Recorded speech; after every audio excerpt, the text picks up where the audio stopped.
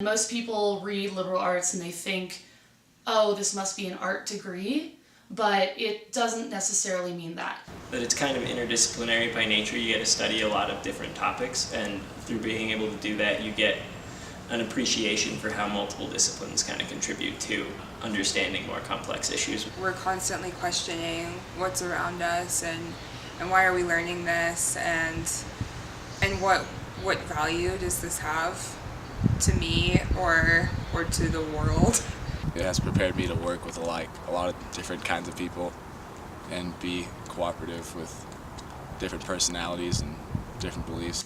Being free to express yourself in a different way than conventional ways.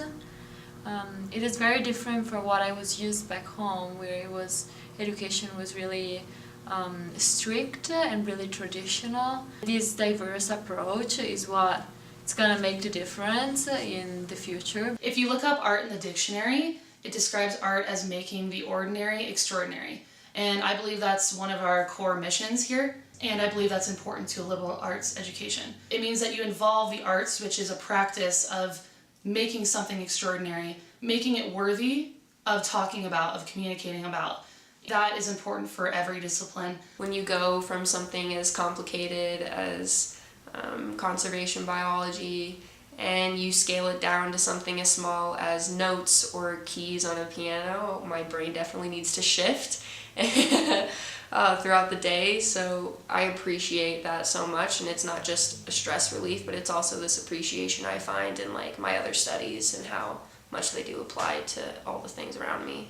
The time and the discipline and spending that time in art and learning the story and the context and more than numbers on a sheet to judge something, and looking at a richer context is like helps you in life and in business. That emphasis on the liberal arts aspect has provided me something extra that I don't think a lot of people get at a big state school.